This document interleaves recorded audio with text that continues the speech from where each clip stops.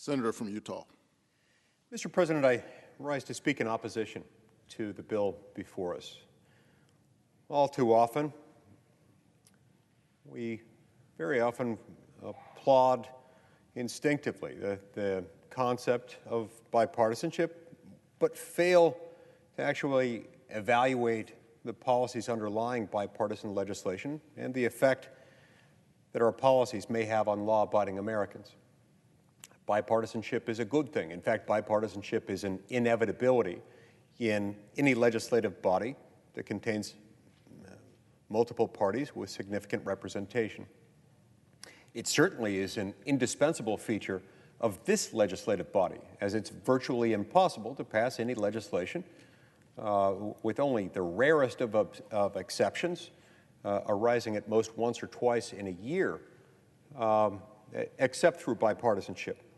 The question isn't whether to achieve bipartisanship or whether it's good, but what policies are produced through the bipartisanship in question.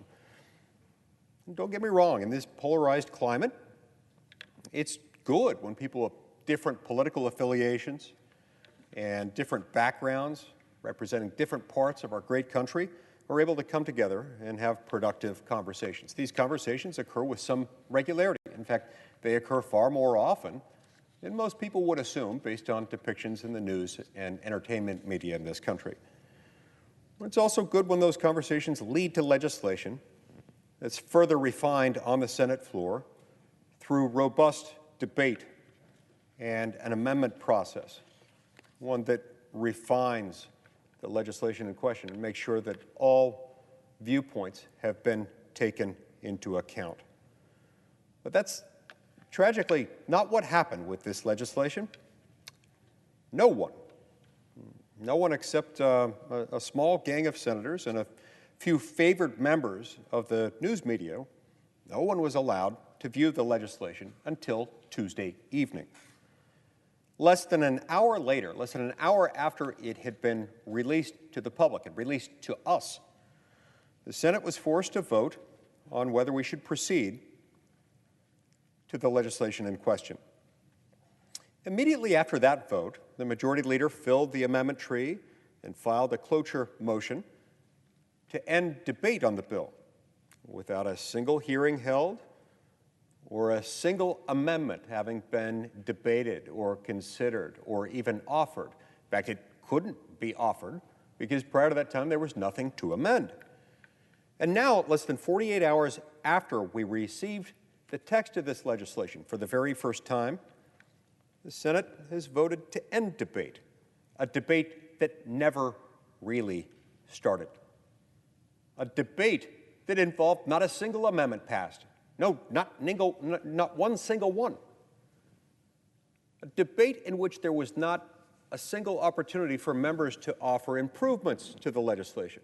No, this small gang came together, it materialized, it put together a bill, it released the bill, and all of a sudden we were expected to vote on it, up or down, yes or no, no changes, no questions asked.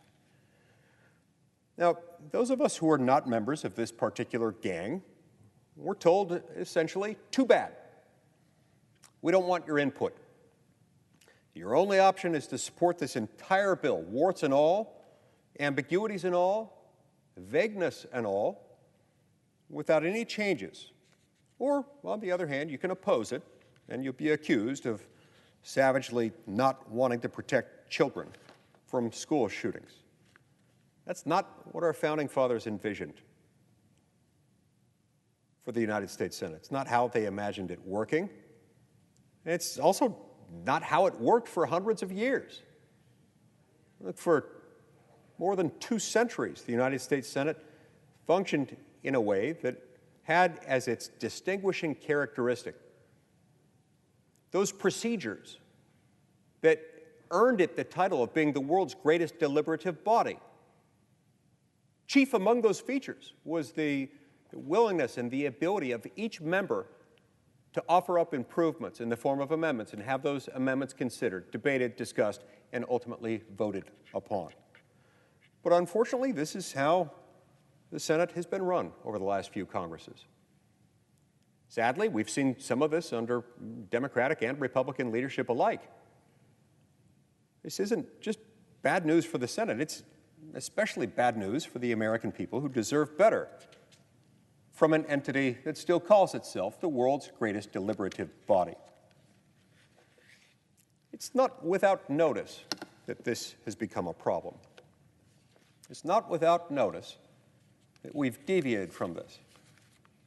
And the thing is, when we deviate from our own procedure and our own processes, the substance shows. The inadequacies of the substance are the natural, foreseeable result. They are the inevitable product of a defiant refusal to abide by our most time-honored procedures, rules, and customs. So, in this case, the substantive problems with this bill are pretty significant. Restrictions that it imposes on the Second Amendment rights of law-abiding Americans are significant.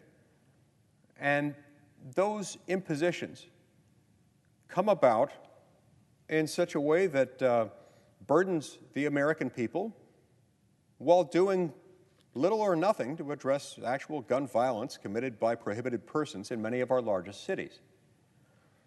Now, you'd think that a bill that purports to be able to keep kids safe in schools would at least have some funding for school security measures or school resource officers. But if you thought that, you'd be wrong. Well, I'm very skeptical of federal intervention in education.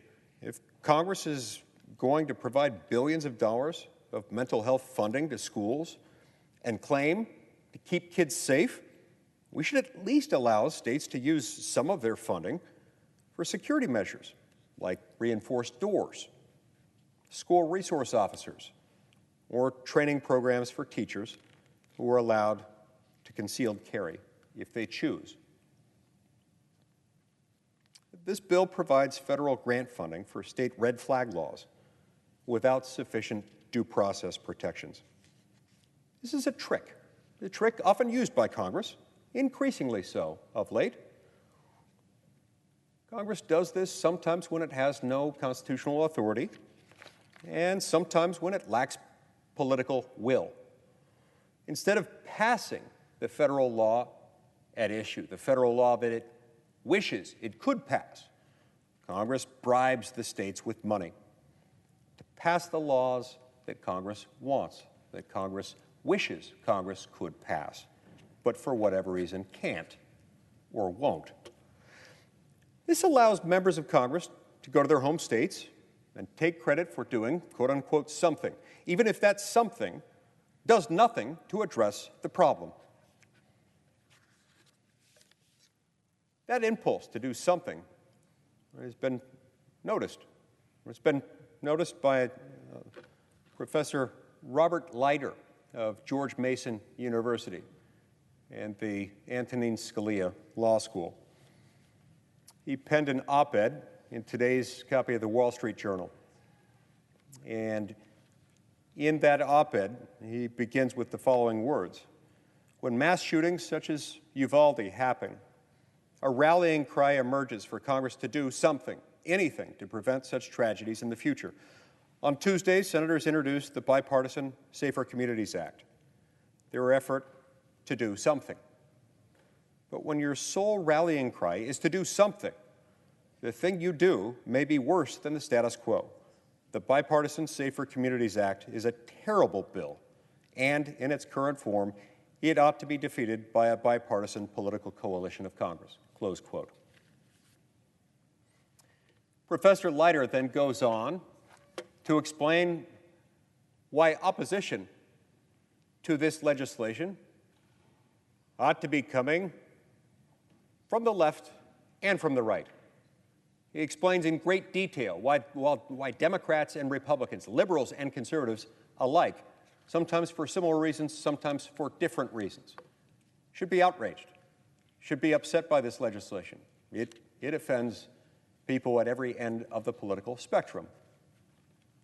I'll go more into some of those details in a moment from Professor Leiter. But look, When the government seeks to deprive an American citizen, a law-abiding American citizen, of a constitutional right, we've got protections in place. And those protections can be found among other provisions of the Constitution. They can be found in the Fourth and Fifth Amendments to the Constitution. In the Fourth Amendment, the Fifth and 14th Amendments to the Constitution, in both provisions, you've got a due process clause. In both the Fifth and the 14th Amendment, it says that a person can't be deprived of life, liberty, or property without due process of law. What does due process mean? Well, due process means the right to be heard. And you can't have a deprivation of life, liberty, or property without due process. The word without has been interpreted and fairly does mean before. You have to have due process before they take it away from you.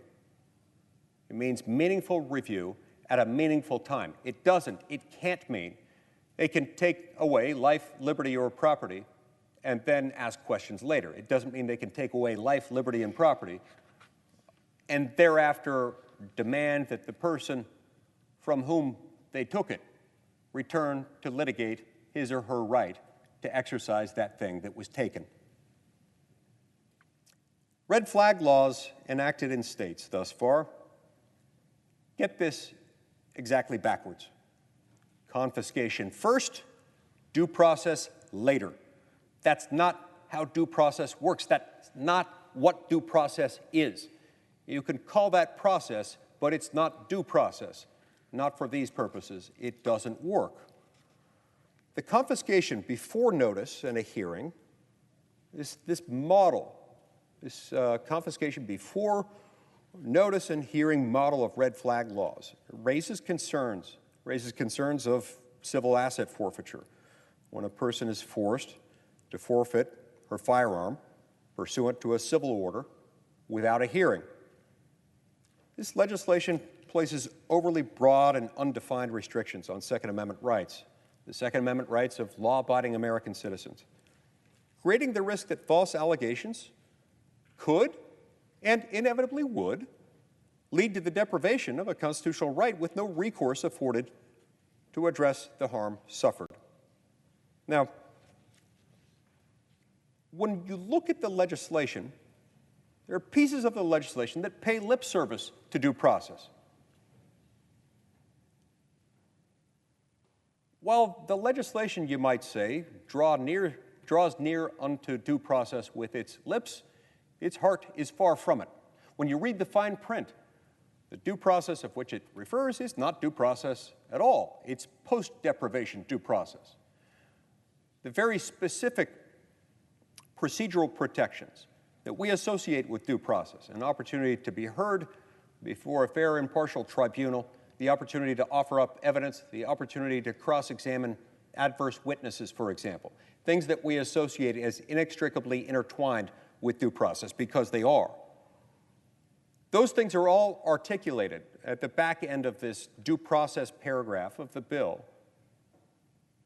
And it makes reference to the fact that that's the type of due process that, in the view of the bill, can, according to state law, be made either before or after the constitutional deprivation in question, depending on the dictates of the state law at issue. That's not due process. That's something else, and that creates a lot of problems. There are other problems with the legislation dealing with juveniles. Problems arising out of uncertainties that the legislation itself creates. Now, I want to be clear about something. I could certainly consider supporting a measure prohibiting certain older juveniles who have been convicted of crimes as adults, crimes that if they had been committed by an adult would have been deemed felonies, and on that basis deemed them prohibited persons. I could consider that. I mean, there are a lot of public policy questions surrounding that.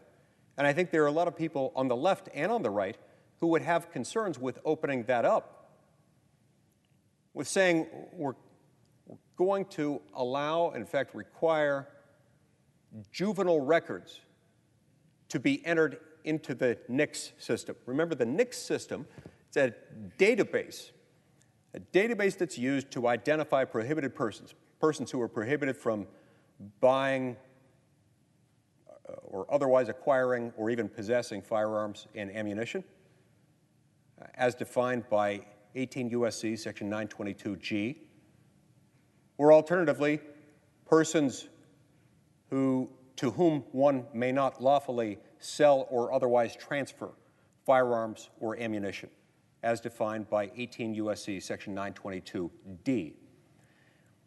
Both 922D talks about those to whom you may not transfer a weapon, and 922G, those who may not acquire or possess a weapon. Both provisions have 9 paragraphs attached to them. In each instance, the 9 paragraphs are virtually identical. In other words, the universe of those who may not buy or possess weapons is essentially the same as those who may not be sold weapons, to whom you may not sell them. It's almost essential. In fact, the only distinction I can think of under existing law is that while under 922G, you may not possess a firearm if you are a convicted felon, that same prohibition extends in 922D in such a way that you may not sell or otherwise transfer a firearm to a person who is either a convicted felon or has been indicted for a felony and is standing under indictment, under currently pending criminal charges. Other than that, as far as I can tell, 922D and 922G are coextensive. This legislation changes that a little bit, and it prohibits the transfer of a weapon under 922D to a person who, as a juvenile, stood convicted of a crime that would be a felony. Now, this creates all sorts of uncertainties in the law, because in many, if not most, states, juvenile proceedings, what we would consider juvenile criminal proceedings, are in fact not criminal proceedings. The defendant isn't entitled to a jury trial. And in the federal criminal system, a juvenile criminal defendant may not have a jury trial. Even if they want one, even if all the parties were to agree, they can't allow them. In many state systems, including the state system in my state, the state of Utah, juvenile criminal proceedings are not even criminal proceedings. They're civil proceedings, very often conducted under civil law procedures rather than criminal law procedures. So the same protections aren't in place. Again, I'm open to the idea of opening this up because I think there are some juveniles who commit some offenses, particularly in their later teenage years, that perhaps ought to be taken into account for purposes of 922D, such that you can't give them a gun, or under 922G, such that they may not possess a gun without committing a felony. I think we could have that debate and discussion. We should have that debate and discussion. That hasn't occurred here. Instead, what we've done is muddy the waters by creating a very significant difference between 922D and 922G, between those prohibited from being given a gun and those who are prohibited from possessing a gun. But we haven't defined it well, and it's not really clear what it is that we're doing or what it is that makes it fair, nor is it clear as I read the legislation, and again, it's been less than 48 hours since we've had access to it. It's about 80 pages long. This doesn't read like a fast-paced novel. It's full of cross-references. And even as someone, the former federal prosecutor, who's very familiar with these laws and prosecuted cases under them, even with that level of familiarity, it has taken me some time to get through it and understand what it means. And in fact, to this moment, it is difficult for me to ascertain exactly how far these changes go. It's not clear to me, for instance, which kinds of criminal records for juveniles will be added onto the NICS system. Remember, the NICS system is this database that identifies those prohibited from possessing firearms or being given firearms under 922G and 922D, respectively. It's a database that keeps track of those prohibited persons. It's not clear to me which types of juvenile records can be taken into account in those proceedings. This also allows for one can be a prohibited person under 922D and 922G if they have been adjudicated, and this is terribly awkward language, if they have been adjudicated as a mental defective or if they've been ordered institutionalized. No one really knows what that term means. It's a sloppy term. It's an offensive term to many. And it's full of uncertainty. We've compounded the uncertainty by now saying that mental health records of older teenagers, those between 16 and 18, will now be uploaded onto the NICS system, such that certain mental health crises one experiences as an older teenager could result in an older teenager later in life being unable to possess a firearm without committing a felony. That raises some concerns, or at least those drafting the bill would probably interpret it differently to say they may possess one in some cases, but not necessarily be someone to whom a gun can lawfully be sold or otherwise transferred. That also raises additional questions. 922D and 922G are currently nearly identical, except in the rare exception that I noted just a moment ago. And yet we've had no conversations about these. We've had no conversations about what this does for juvenile criminal justice, about what this does to the rights of individuals who, as juveniles, may not fully understand the ramifications of the criminal proceedings against them or of decisions regarding their mental health at the time those decisions are made, and that might affect them later in life, including after they've become adults. My point is not to say that these things don't matter. They do. And I think there are a lot of these people who probably shouldn't have guns and should be prohibited persons, but we need to know what we're doing. We need to agree on what's actually happening, because right now we take some areas of the law that are already fraught with some uncertainty, and we're magnifying that uncertainty manyfold. I think that's dangerous. And I think it's dangerous in a way that both Democrats and Republicans ought to find offensive, sometimes for the same reasons, sometimes for entirely different reasons. My point is this: there's no reason why legislation like this it's got some good provisions in it. There's no reason why this couldn't be amended in such a way that it would allow more members of this body to vote for it or vote against it, depending on what it looked like at the end of the day. But the way it's written, it's got a lot of problems with it. You've got the due process problem that I mentioned with the red flag laws. That's their distinguishing characteristic, is a due process problem. You've got the juvenile records problem that I mentioned just a moment ago. It's not fair to people to leave them in that state of uncertainty, especially juveniles. And so that ought to be a concern to all of us.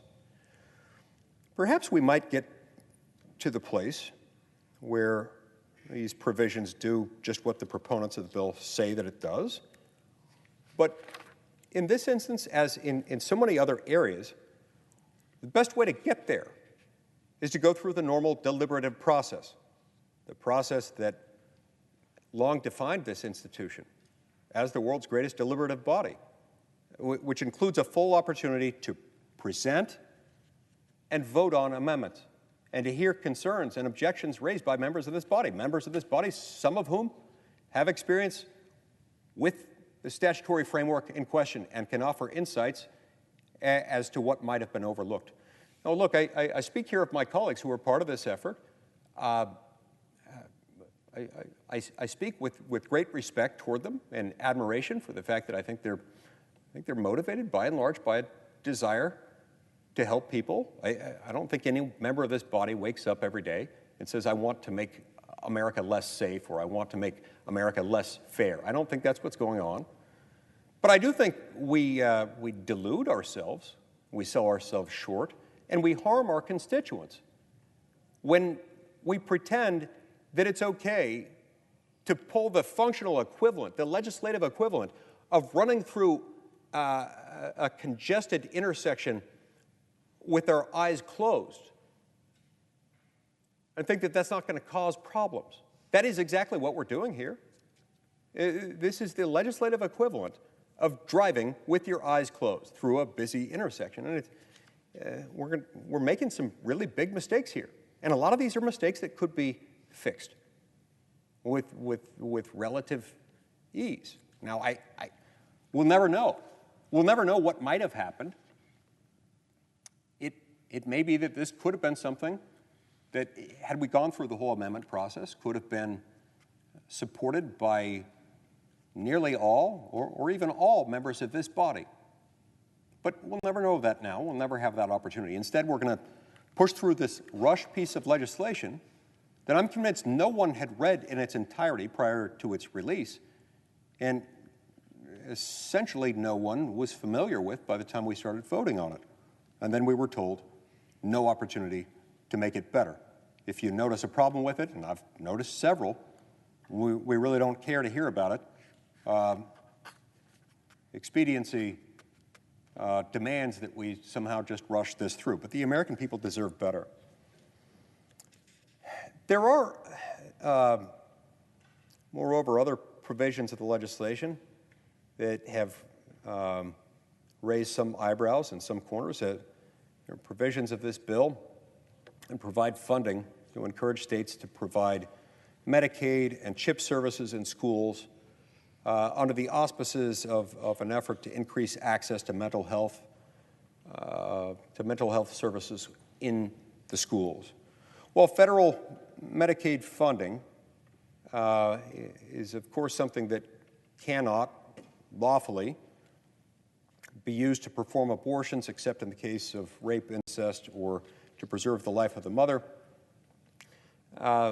Some have pointed out that schools under this legislation easily could use the clinics established under the bill as a means of accomplishing the provision of abortions and also prescribe abortifacient drugs using state rather than federal Medicaid funds. There has been some discussion even today about this. The fact that we still don't know this is troubling to many. I'd certainly like to know what the definitive answer to it is. As far as I can tell, it does open the door to that. We ought to at least be able to have that discussion. Now, there are some legislative options before us that address things that can be done practically to improve safety.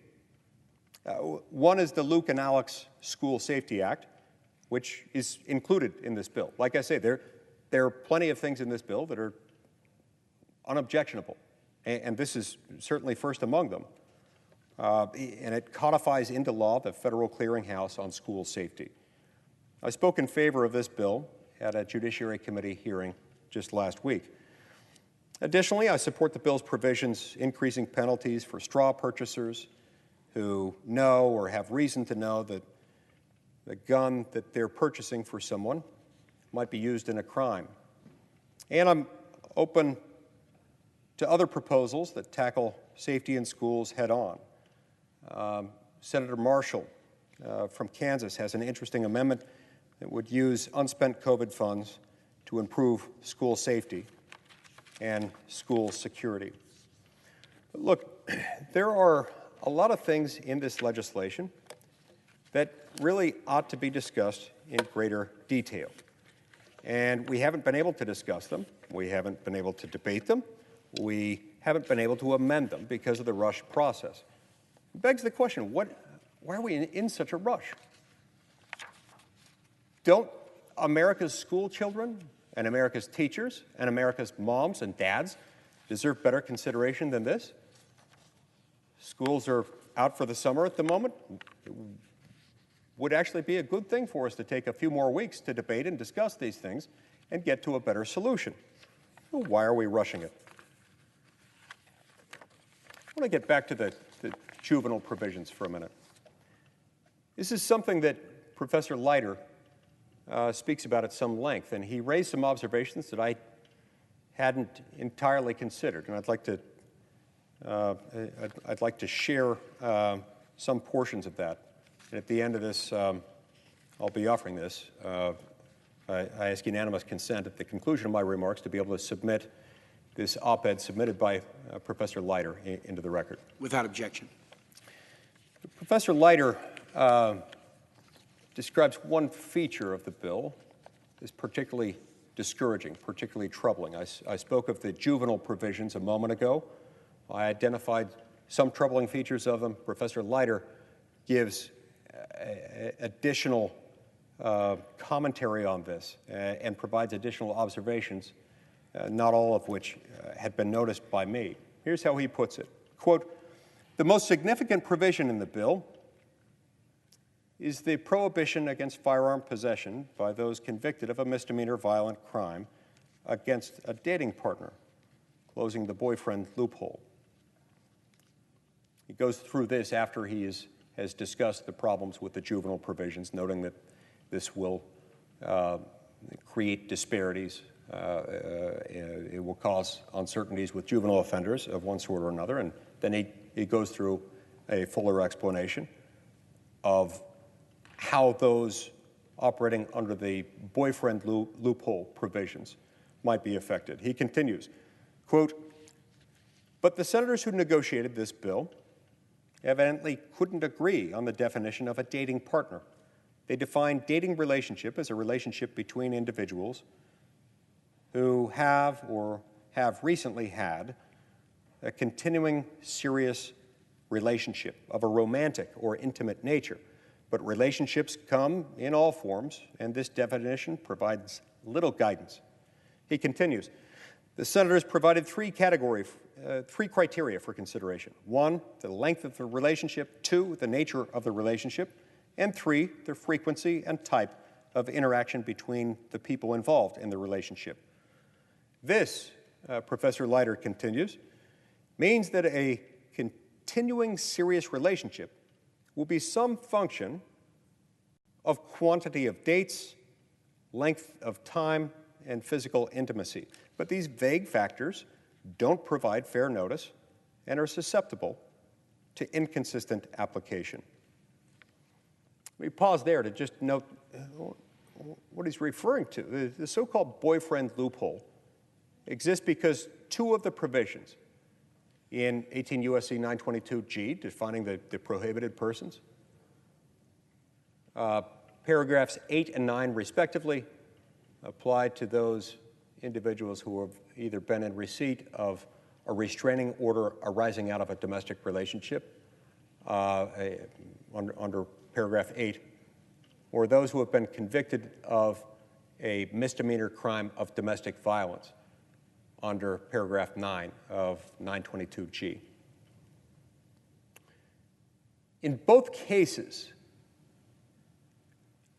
there has to be a relationship that makes it about a domestic situation. It has to be an intimate partner of one sort or another.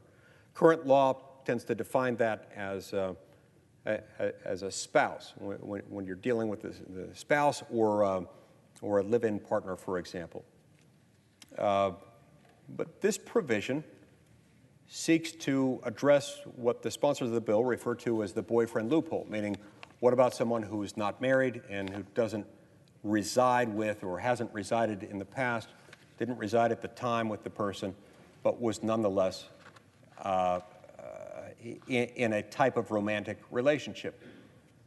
Now, here again, it's not a bad impulse to want to close some ambiguities in the law, but you've got to do it with language that makes sense. You've got to do it with language that puts people on fair notice of what the consequences of a guilty plea might be, or what the consequences of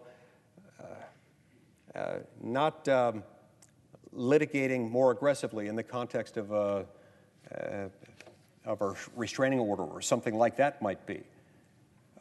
Particularly in the context of 922G9, where we're dealing with a domestic violence misdemeanor. The person needs to know, when that person is being asked to plead guilty, what consequences that might have on the person later in life. And those questions aren't answered here. Professor Leiter continues, quote, by failing to define dating relationship, the term dating relationship adequately, that's the term of art that they introduce into this legislation, Congress is effectively delegating the critical question of who falls within this ban. To whom it is delegating the hard details remains to be determined. Perhaps it will be to the Bureau of Alcohol, Tobacco, Firearms, and Explosives, which has regulatory authority over firearms. Or the courts may decide as they resolve cases. Either way, Congress has yet again handed off its responsibility for defining crimes to unelected bureaucrats and judges. Then he continues, quote, until a specific definition exists, it is unclear how the federal government will implement this prohibition. Suppose a criminal records check indicates that a potential purchaser has committed assault or battery. What next? Maybe the trial record will show that the defendant was in a relationship with the complaining witness, or maybe it won't. If such information is available, how is the examiner supposed to gauge the relationship? The available records likely won't provide the precise details of the relationship. Even if they do, the examiner still has to decide whether the relationship was serious enough to trigger the gun disability. The Senate compromise feeds many prospective gun owners to the bureaucratic wolves, close quote. Professor Leiter's point is an excellent one. When people are going through criminal proceedings, if they've been charged with a misdemeanor and they're deciding how aggressively to fight it, whether to take it to trial, whether to plead guilty, under what terms to plead guilty, it's nearly always going to be in state court. After all, it's very few criminal convictions are in federal court, a tiny percentage of them. And the prohibited persons, as defined under sections 922D and 922G, the underlying convictions can be either state or federal. So these proceedings, nearly always taking place in state court rather than federal court, are not going to be in a position, it's not going to be within their jurisdiction to decide whether or to what extent this will put them in that status, in that boyfriend status, in that status of a quote-unquote dating relationship. In fact, the term is so vague, the structure is so broad and undefined that it is not reasonably possible to know what consequences the law might attach to a guilty plea in that circumstance, or to a conviction following a jury trial in that circumstance. You know, James Madison said in Federalist number 62, and I'm paraphrasing here, but he said something to the effect that it will be of little avail to the American people that their laws may be written by individuals of their own choosing, if those laws be so voluminous, complex, or ever-changing that they can't reasonably know from one day to the next what the law requires of them. This is one of those moments. We're imposing a pretty significant restriction, a restriction on a constitutionally protected right, one that may well apply for the rest of their life in some cases, without them even knowing what's happening. This is the kind of rain that will fall on the criminal defendant of all backgrounds, of all political views, every demographic could be harmed by this in one way or another. And so it really would be better if we were taking the time to draft this legislation carefully. And that's my number one complaint with it. It's why I can't vote for it. There are some of the things in here that I wish I could vote for.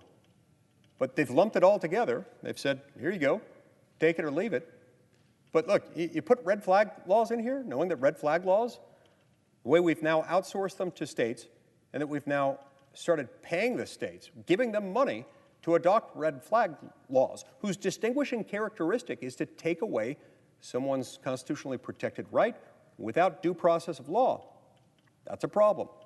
And when you add to that complexity by adding uncertainty about the juvenile records problem that I identified, which ought to be concerning to many liberals as well as many conservatives, and when you add to that by coming up with this vague, broad definition of dating relationship that has huge consequences with no reasonable ability to understand and ascertain how certain court proceedings might affect someone's rights, perhaps for the rest of their life, that's a problem. It doesn't have to be this way. I look forward to the day when the Senate will operate the way that it was designed to, the way that it once did, the way that it in fact has operated in the not too distant past. But we've got to demand it. As long as people continue to tolerate, continue to accept and condone and reward and encourage this type of sham process, we'll be left with subpar legislation, sloppily written. I'll conclude with the words, once again, of Professor Leiter, who says it well. Quote, "The Bipartisan Safer Communities Act will likely pass because members of Congress feel enormous pressure to do something. But it is not a good bill, and it deserves further deliberation and refinement. The Senate's job is to help draft good laws by cooling the passions of the moment. Right now, it is failing." Thank you, Mr. President. I yield the floor.